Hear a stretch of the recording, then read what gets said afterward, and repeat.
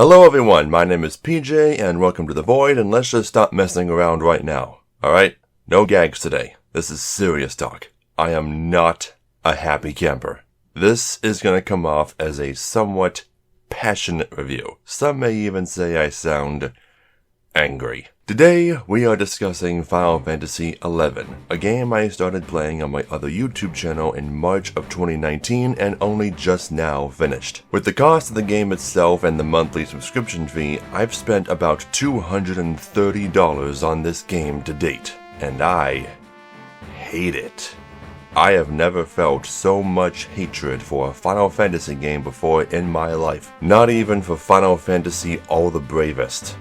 Yes, I said that. For those who don't know, Final Fantasy XI is the first of the two Final Fantasy MMOs, the other being 14. It came out back in 2002, the same year as Final Fantasy X-2. It was inspired by other older MMOs that predated World of Warcraft, like Phantasy Star Online and EverQuest, but with a bigger focus on having an open world and cooperative players. It was a huge hit at the time, but the monthly subscription walled off a lot of potential players, including myself.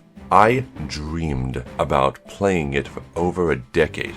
It just seemed like such a magical experience, exploring a Final Fantasy world together with other people. I got my first chance just a few years ago, and it was okay. I was still starry-eyed and wasn't even able to get to the first story boss before my free trial ran out. Then I started playing it in earnest when I was still doing Let's Plays, but shortly after I stopped live streaming it, I was forced to play the rest of the game solo for reasons I won't get into. And that's when the snowball of disappointment and rage began to roll down the hill of despair. The whole of Final Fantasy XI and its content is comprised of the main game, 5 expansion packs, and 7 downloadable add-ons. Each of the expansions has its own story, so they're kind of like sequels or mid-quels that you can play interwovenly with the main game. They are Rise of the Zilart, Chains of Promethea, Treasures of Art-Ergen, Wings of the Goddess, and Seekers of Adalin. The add-ons are a Crystalline Prophecy,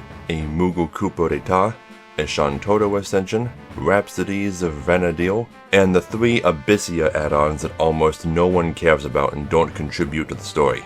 And I beat all of them. So it's almost like I'm reviewing about a dozen games in one video.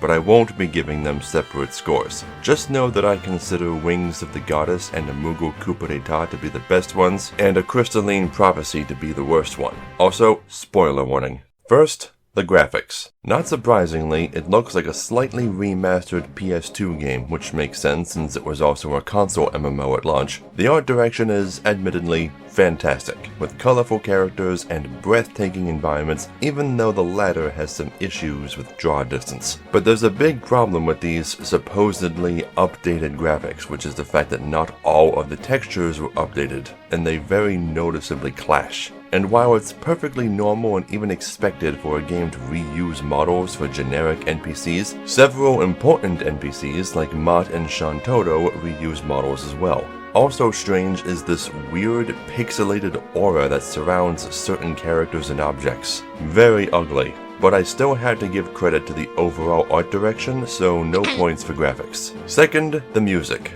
A Final Fantasy game's amazing soundtrack will be its first really noticeable feature, and FF11's is no exception. The main game's composer was series legend Nobuo Uematsu, and later songs were done by Kumi Tanioka and Naoshi Mizuta. For all of FF11's countless flaws, its music is still amazing, and I will be doing a second video about it. But even though I'm giving it a point for music, there are 3 annoying things worth mentioning. 1. The mount music is the same for all but one of the mounts and always plays when you ride them. It's such an annoyingly happy song, and it can kill the mood in areas BGM would normally set. I turned it off using a third-party program called Windower. 2. In the Wings of the Goddess areas, sometimes a war will start, and the BGM and battle themes will all change to this war theme. Very distracting, especially if you're not even there to participate in it, which is most of the time. And 3 is a problem that I also had with Final Fantasy Explorers, and is not the only thing they have in common. Fights against normal enemies typically take place one at a time, which means the battle theme will just stop and start and stop over and over. Extremely annoying. But these are still minor flaws, so like I said, music gets a point. Third, gameplay. Just saying that makes me want to cry. There are people who love this game. An overwhelming minority of them even think it's the best game ever made. But I hate this game. A lot. During the second half of my playthrough, which was a few months to put that in perspective, I found myself quietly chanting, I hate this game. I hate this game. I hate this game more and more every time some new brand of bullshit reared its ugly head. A lot of my notes on the gameplay I'm saving for miscellaneous points, but this is still gonna be a big category, so let's start with a summary of the basics. Final Fantasy XI is about making a character with which to explore the world, fight monsters, and complete quests. Important story quests are called missions, but are otherwise no different from regular quests. Talking to NPCs and viewing cutscenes will flag quests in your journal and sometimes give you hints on what to do to complete them. Most quests will require you to venture out into the world or into dungeons where hostile monsters await, so to deal with them you need to level up your job. The job system from previous Final Fantasies is present, but unlike in those games you don't have a character level. Your level is whatever the level of your current job is, so if you're a warrior and you level to 20, then switch to a white mage, you'll be level 1 again. But you'll return to level 20 when you switch back to the warrior. Because of how long this takes, people usually just pick 2 jobs to level and ignore the rest. Usually.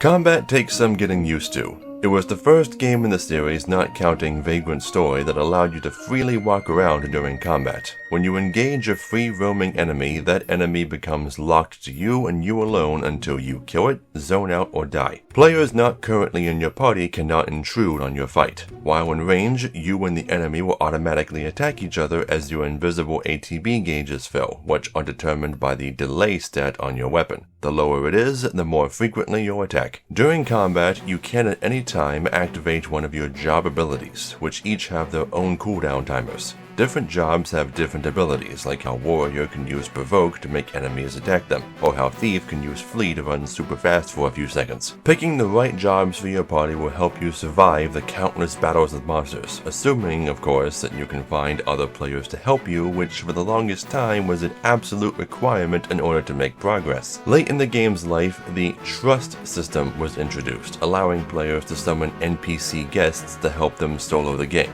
If it weren't for trusts, it would be impossible for me to beat this game, since I didn't have any other humans to play it with. Those are the basics. There are other things to do like fishing, crafting, chocobo raising, but only one mission in the game requires you to craft, and since you can use the auction house to buy most of what you need from other players, it's all pretty much optional. Now PJ, you might be thinking, that all sounds perfectly fun and doable. What's the problem?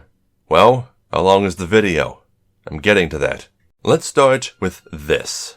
The amount of walking you're expected to do in this game is unreasonable. I get that they want to have a big world that feels expansive and adventurous, but all you do when traveling to a new area is walk. Mounts are faster, but not by much, and you're not allowed to use them in dungeons, which I get, or in towns, which I don't get. Also, you can't read signs or examine objects or talk to NPCs or anything while on a mount, so you had to get off in order to do those things. And the act of calling a mount has a cooldown timer for some reason. Arbitrary wait times. What do you know? It's an early MMO. The quests in this game are too goddamn cryptic. If you're told to go to an area, which even that can be vague, you're not told which of the thousands of invisible objects to examine. Why is it like this? They're not even marked on your map. The only reason I know where they are is because Windower gives me a mini-map, which isn't in the game by default, by the way. To find your way around without it, you have to constantly open the full screen map, which I'd recommend setting a macro for. Or better yet, just use Windower. And these maps are horse shit anyway because there are so many walls and one-way drop-offs that aren't marked on them. What looks like the shortest route on your map will likely turn out to be a dead end or a setback. You can't walk up these teeny tiny little 1-inch ledges or drop off 1-foot cliffs. Oh, but you can fall down 100-foot pits just fine. Makes getting around very aggravating, and that's just walking. There's like a dozen different teleportation methods, all of which require different types of currency. Getting around efficiently is like mapping out bus routes interlinked with subways. What's more, there are several locations you're expected to visit multiple times each that don't have nearby teleporters. When doing these quests, you have to follow a guide. You could spend months exhausting every possibility before finally figuring out what to do on your own for just one quest. I recommend FF11 and BG Wiki, and the shit they make you do is just asinine. Some quests require you to zone into certain areas, okay, but some require you to zone in from a specific adjoining area. Some quests require you to wait until the next in-game day, which is understandable, like if you're waiting for a seed to bud or something. But why do they also require you to leave the area just to walk all the way back? The quest to get the Sahagin key requires you to find an NPC in a dungeon, talk to him to learn about another NPC, find and talk to that guy, then trade him the items he wants. If you don't have said items, which is highly likely, you'll need to leave to go get them. But what happens if you leave the dungeon? The quest resets, and both NPCs forget they ever spoke to you, so you have to start over. What's more, there's this one mission in a Crystalline Prophecy which has an invisible timer that the game doesn't tell you about, so if you don't complete it fast, again, you have to start over. This is just cruel. But I know why it's like this. It's the same kind of shady tactic that freemium games use. Everything takes forever to do, simply for the sake of it taking longer. So you spend more time playing the game and therefore more money. But I don't know why that's necessary anymore. The game has years of content, unfathomable amounts of things to do. You want me to play your game longer? Make it fun enough and I'll play it multiple times. You don't need to do shit like this. Anyway, let's talk about the combat some more. First, you have to target a monster and attack them to initiate the fight, but you move slower when locked on, which can cause you to chase the monster for a while before finally hitting it. I find that locking off and running beside them helps for this. When you're fighting a group of monsters, sometimes the game will automatically switch to your next target when the monster you're attacking has been killed. Sometimes. Most of the time, you just put your weapon away and get wailed on while you struggle to target the enemy, draw your weapon again, and initiate the next fight. This shit has gotten me killed. The auto-targeting is extremely inconsistent. There appears to be a bug where if you initiate a fight while being targeted by a spell, your character will freeze in place and do nothing until the spell's animation is finished. Happens every single time. Bosses from older expansions used to be hard, but when the level cap was raised, they neglected to put level restrictions on the bosses, so now most of them are disappointingly easy. To use a weapon skill, you have to build up your TP, kind of like a limit gauge, then expend them all, the amount spent affecting the skill's overall efficacy. However, when you use the weapon skill, it doesn't matter what you're doing or even if you have a target. If your mark happens to move away right as you use the skill won't happen, and all your TP will be consumed anyway. Bravo, Square. Bra-fucking-bo. Trusts will not heal you outside of combat, or anything else for that matter. If an enemy shows up, puts you to sleep, and starts pummeling you, your trusts will do nothing until you wake up and attack the enemy. They are completely autonomous. They cannot be given manual commands, nor can they be customized. They don't even defend themselves if they're being attacked outside of combat. They're like accessories that can fight. And for some reason, trusts cannot keep up with you at base walking speed. If you get too far ahead of them and an enemy aggroes you, your trusts won't be there to help and you'll be dead. Also, why do I have to be in range to dismiss them? Go away! Do you want to try soloing this game? Aw, that's adorable. Well, just be sure to avoid all of these enemies. These are all the enemies in the game that can cause the charm status. If you get charmed, you temporarily lose control of your character who is now treated like an enemy. They fight alongside the enemy and can even be attacked by other players.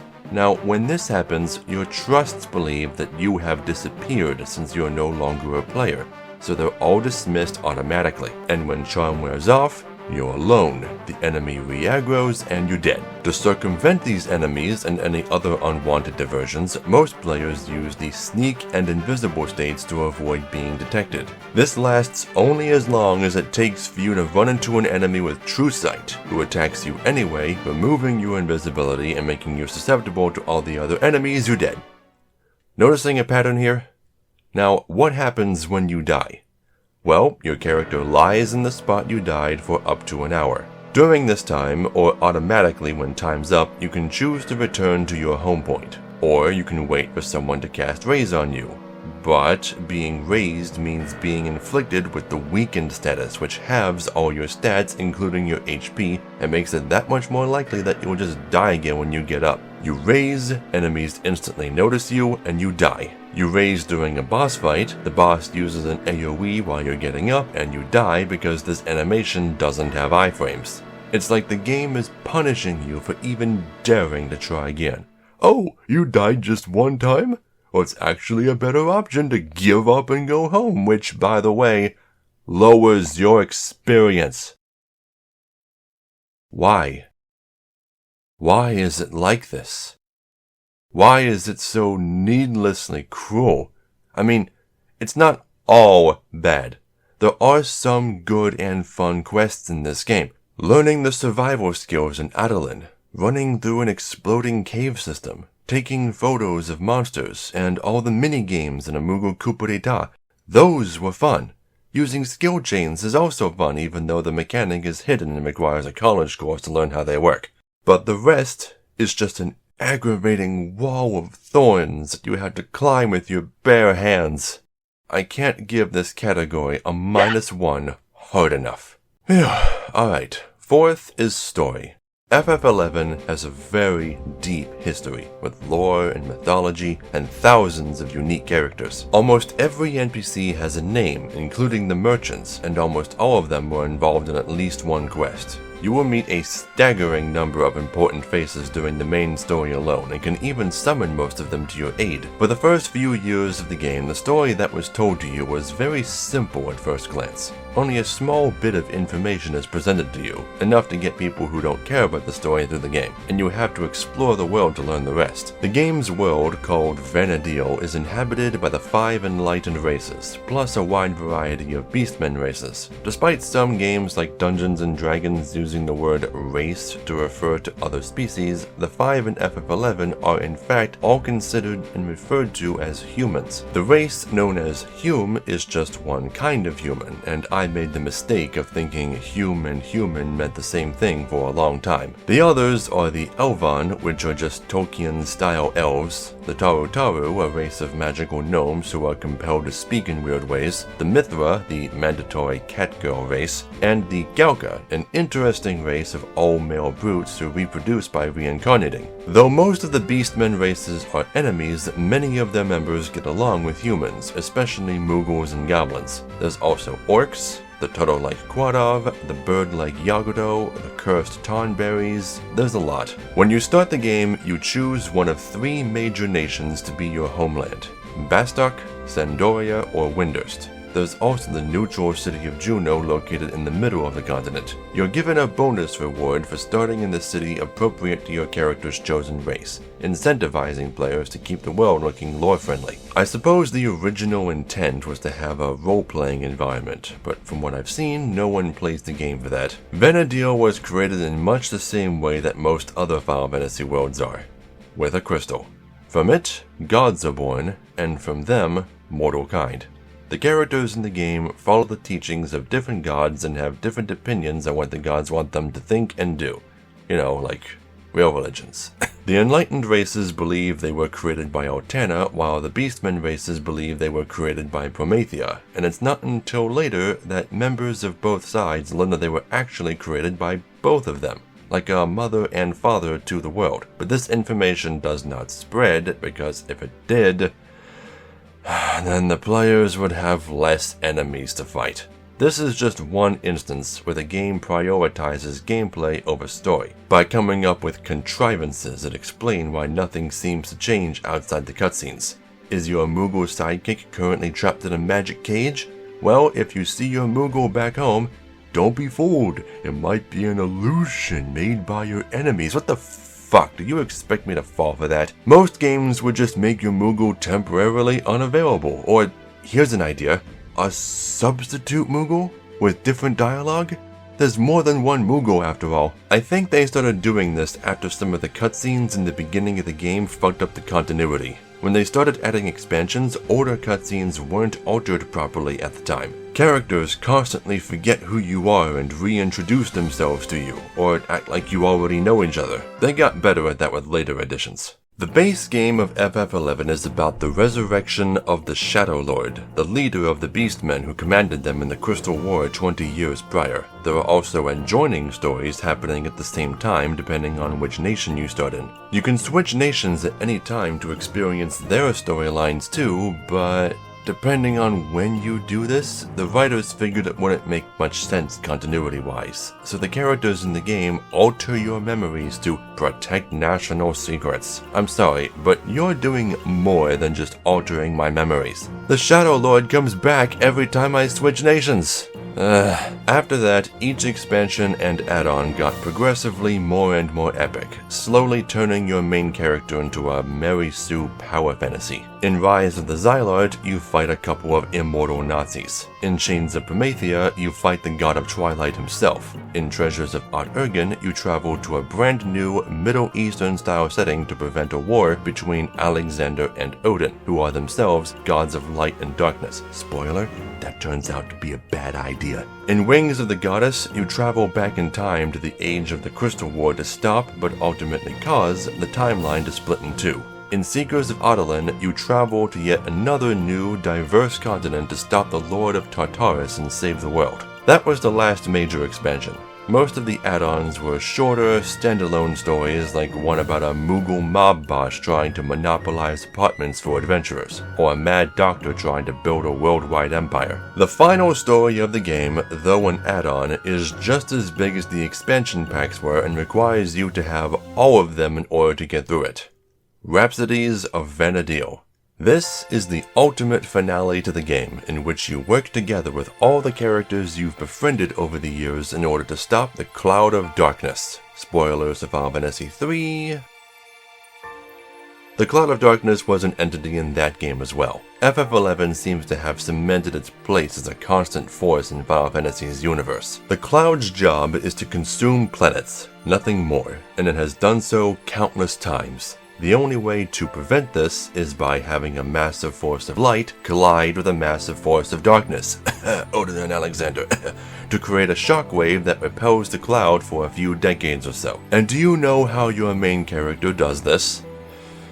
By ascending to godhood. You become a god of light and clash with your future self's dark half, who has also become a god of darkness.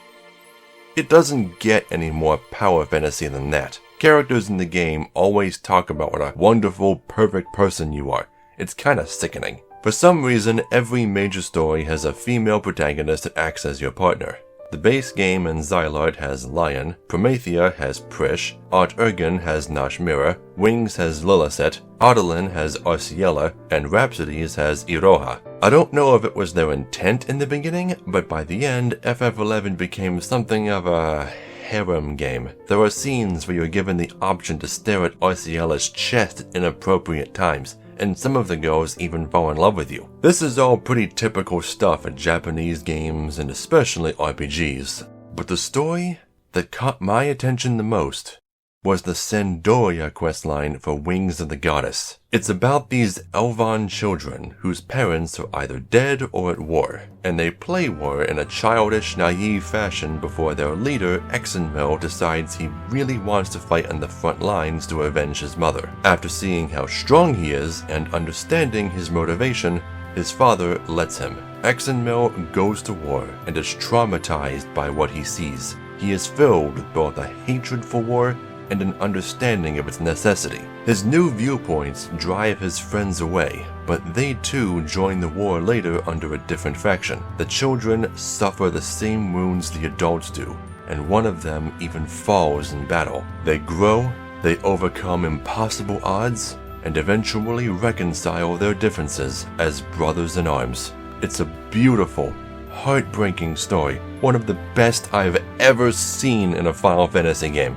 In fact, all of Wings of the Goddess's story is great. That's the one I recommend if you ever decide to play this game. So even though it's held back at times by the mechanics of the game, the story is still a masterpiece, and real heart was put into the dialogue and translations. This is easily the best part of the game, which for Final Fantasy comes as no surprise. Fifth, presentation. I happen to own almost all the boxed copies of the base game and its expansions. The only one missing is Seekers of Adalin. The original PS2 version came with this really thick manual, like it's actually a book, but subsequent manuals were shortened down versions of the same book over and over. Well, at least they're all in color. Look at these ads for shitty peripherals, like this gigantic-ass PS2 controller with a slot for a keyboard. Oh, but what the is that a physical clock that tells you the in-game date and time? Okay, that's pretty awesome. Every version also comes with a slip that summarizes keyboard shortcuts and chat commands, but this one in particular happens to be attached to the sweet-ass map of the main continent. I have 2 of these. The game is not fully voiced. There's just yells and grunts for during combat and gasps for cutscenes and such, but I don't blame the game for this. Chains of Promethea's main cutscenes alone are over 9 hours in length. I can't reasonably expect them to voice such a massive game. The cutscenes cannot be skipped, not even when rewatching them, which is a huge problem since some are over 10 minutes long, but the events are flagged well enough that you won't lose any items or progress if you disconnect in the middle of one. Every time you log in, you have to do so through a separate app called Play Online. It was originally going to be the platform Square used for multiple online games, but it ended up being the exclusive client of FF11. You have to go through this app every single time you open the game, and it takes forever. I actually got good at logging in with my eyes closed because I did so much. Square keeps promising that they're gonna get rid of Play Online, but it's still there. The menus in this game are very poorly organized. There's lots of hidden menus, and the sub-menus have way too many layers. It took me forever to figure out that you can view an item's augmentations, which aren't displayed by default for some reason. These menus are especially atrocious, forcing you to select next page and previous page instead of just hitting left or right. And why are they so short? I'm sure they can make a window big enough to fit more than 3 rows of text because they do it just fine elsewhere. Inventory management makes me want to puke. Apart from not having enough storage for every unique item in the game, RIP completionists, sorting your inventory will take up a substantial percentage of your playtime. There aren't even any options for auto-sorting, except for the default order, which is completely unhelpful and seems to be based on item IDs. Can't even alphabetize it. The bottom left corner of the screen has a compass, a symbol displaying the day of the week, and the current in-game time. If you need to know more, such as the moon phase, you can click the current time option in the main menu, but doing so will toggle your clock for some reason. So you have to check the time twice to turn it back on. Alright? Switching between your maps is not fun at all. They're organized by region name, so have fun memorizing those. All throughout the year, there are events and campaigns, as is typical for MMOs, that contrive some in-world counterparts for our own holidays like Easter, Halloween, and Christmas during those seasons, as well as some unique events and constant gameplay campaigns that give you extra prizes just for playing. So to summarize, great manuals and other goodies, a surplus of limited time activities, shitty menus, and an annoying login process. Gonna say no score change for presentation.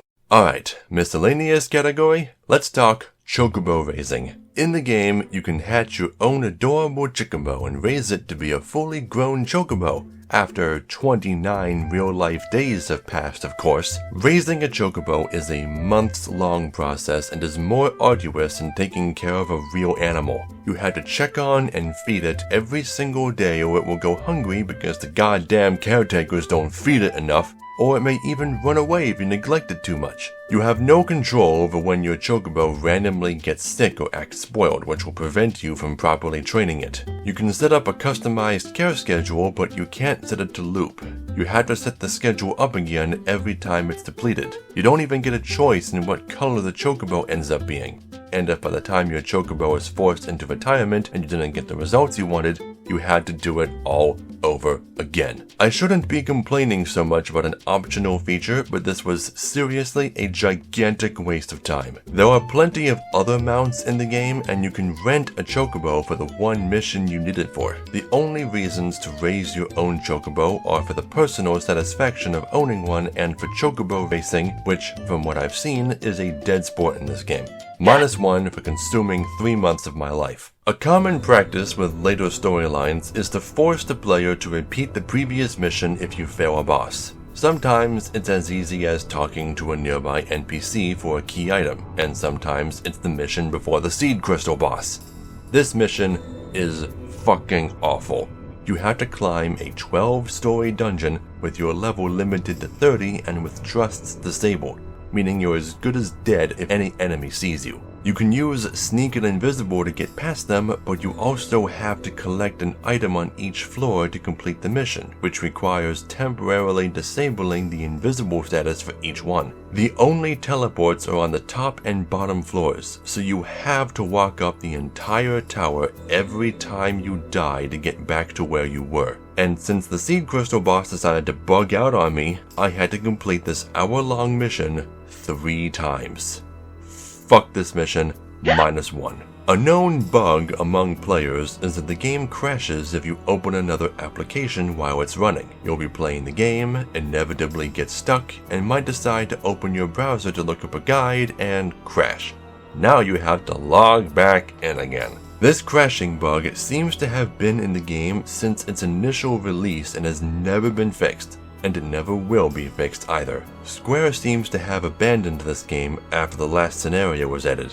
Bots run rampant through the game's dungeons, real-world money traders spam the chat, and there doesn't seem to be a way to report any of it. The online inquiry system is only for out-of-game technical support, and GMs will only help if you're being personally harassed or your character is stuck. Being able to report players and bugs is kind of a really important thing in online games, don't you think? Well, you can't do it in this one. At least not anymore. And finally, fucking escort missions. Nothing in this game ever caused me greater grief than the escort missions, quests in which you automatically lose if your NPC guest dies. No, you can't cast rays on them. No, you can't use certain buffs on them for some reason. And no, your trusts won't heal them either. You have to heal them, which means you have to put levels into a job that can heal. Honestly, if you're soloing this game, just get White Mage to 99. You're gonna need it.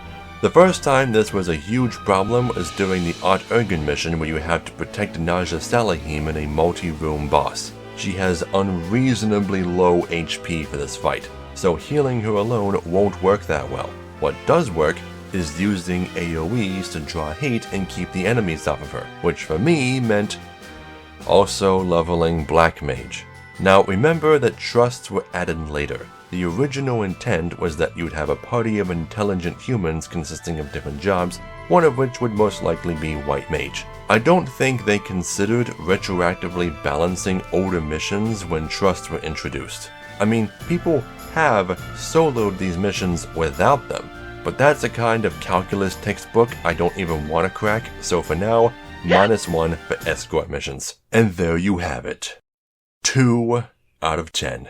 It's not the worst possible score because there are redeeming factors about this game. Some parts are fun, and the music and the story are without a doubt the best parts, which leads me to believe Final Fantasy XI may have been better suited for an anime series instead of a game. It came out around the same time as Final Fantasy Unlimited, so it's not too implausible to think it could have happened. Now, with great disregard to the score I just gave it, I still don't think FF11 is a horrible game. It's one of the only truly unique MMOs left, since most of them are just WoW clones these days. But when a game makes me so angry that all I want to do is be done with it, when it makes playing Final Fantasy II on the Famicom sound appealing, you know something's wrong. I have no desire to play this game ever again. At least not until the mobile remake comes out, if ever. I only played it so I could one day be able to claim that I've beaten every Final Fantasy. But I have one more thing to say. I've been saying this whole time that I soloed FF11. But that's not entirely true, is it? I probably never would have finished this game in the time that I did were it not for the game's community. Following guides on BG Wiki and FF11 Clopedia, getting help with the harder bosses on the FF11 Wiki's Discord server, not to mention all the players who put the items I needed up for auction. I owe my victory and my thanks to all the other players of this game, even though they weren't standing by my side. That's what little MMO magic I was able to experience from this game. Distant worlds together, indeed.